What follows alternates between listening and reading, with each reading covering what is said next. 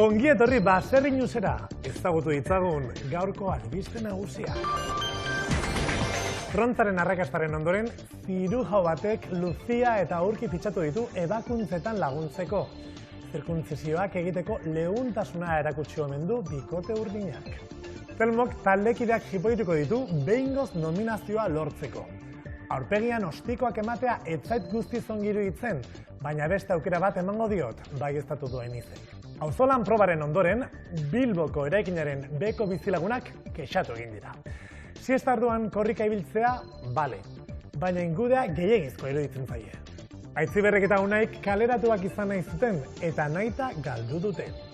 Haien ilobaren bataioa ez zuten inolaz ere galdu nahi.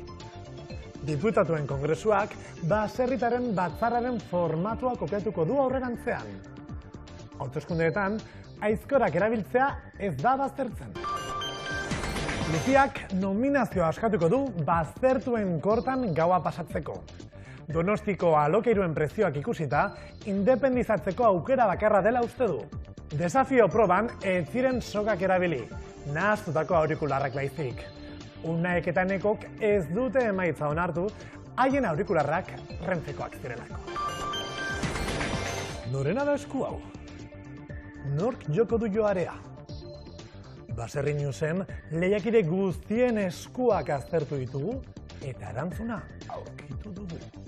Eta joarea, jo duen lehiakidearen izena da Goikoren txakurra! Eta bai, esklusiba honekin amaituko dugu. Ondo izan eta gogoratu, kalean 8, baserrian 8.